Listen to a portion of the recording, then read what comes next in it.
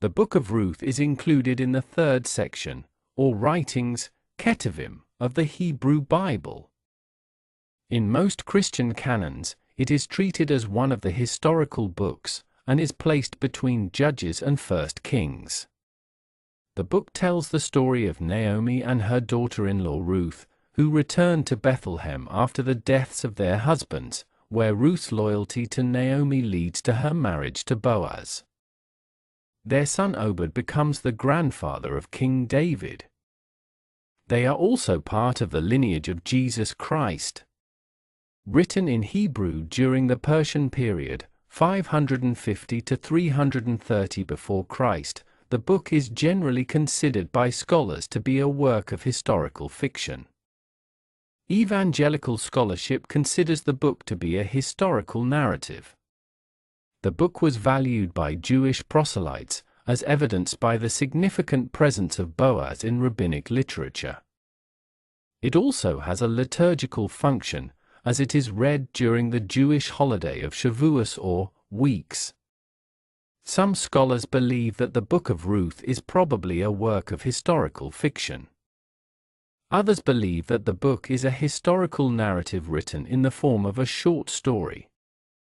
The book does not name its author. It is traditionally attributed to the prophet Samuel in the 11th century before Christ, but Ruth's identity as a non-Israelite and the emphasis on the need for inclusive treatment of foreigners suggest a 5th century before Christ origin, when intermarriage had become controversial, as seen in Ezra 9 verse 1 and Nehemiah 13 verse 1. A significant number of scholars therefore date it to the Persian period, 550 to 330 before Christ. The genealogy with which the book ends is thought to be an addition by the priests after the exile, as it adds nothing to the plot, yet it is carefully crafted and integrates the book into the history of Israel, starting from Genesis through Kings. The surviving manuscripts date back hundreds or thousands of years after their original creation. The oldest Hebrew manuscripts include the Aleppo Codex, 10th century, and the Leningrad Codex, 1008.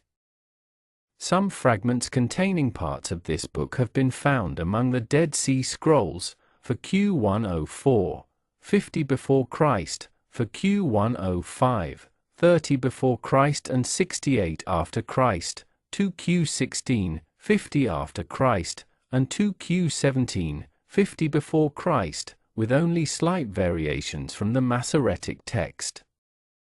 A capital letter, majuscula, occurs in the first word of Ruth 3 verse 13, to stay, to dwell, to lodge, to spend the night, which the Lesser Masoretic ascribes to Oriental or Babylonian textualists. There is also a translation into Koine Greek known as the Septuagint, made in the last few centuries before Christ. Extant ancient manuscripts of the Septuagint version include the Codex Vaticanus, 4th century, the Codex Alexandrinus, 5th century. The entire Book of Ruth is missing from the extant Codex Sinaiticus.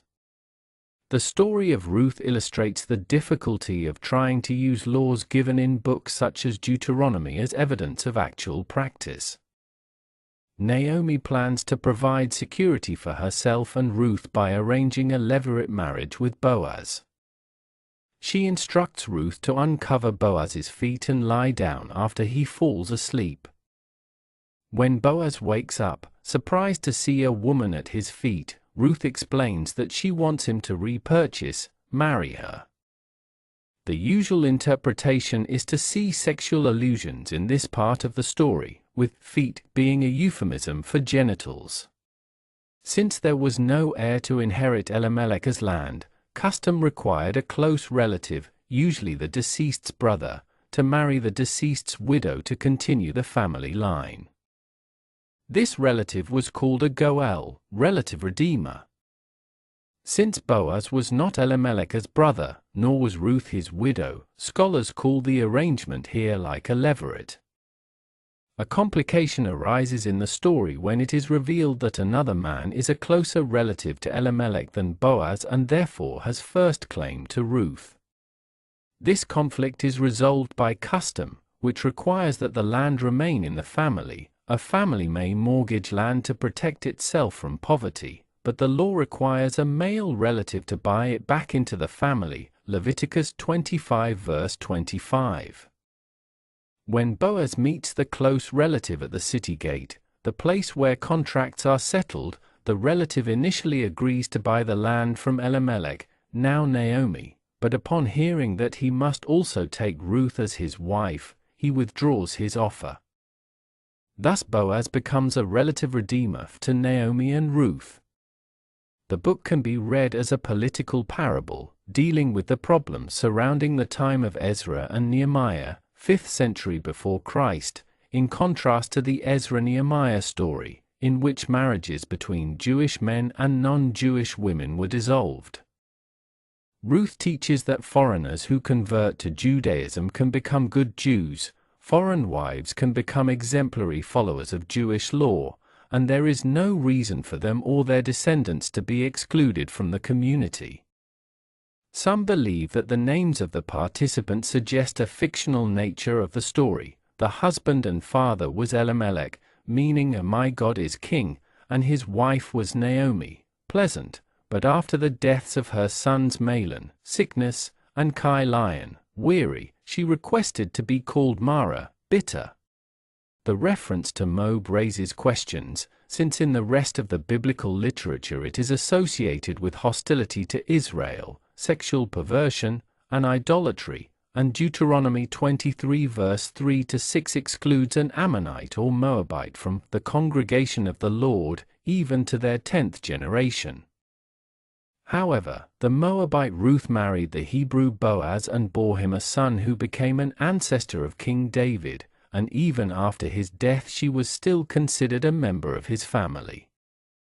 Regarding this, the Mishnah says that only Moabite men were forbidden to marry Hebrew women. Scholars are increasingly examining the Book of Ruth in ways that allow it to address contemporary issues. For example, feminists have reinterpreted the story as a story of the dignity of labor and female emancipation and self-sufficiency, and as a model for female supremacy, while others see it as a celebration of the bond between strong and resourceful women.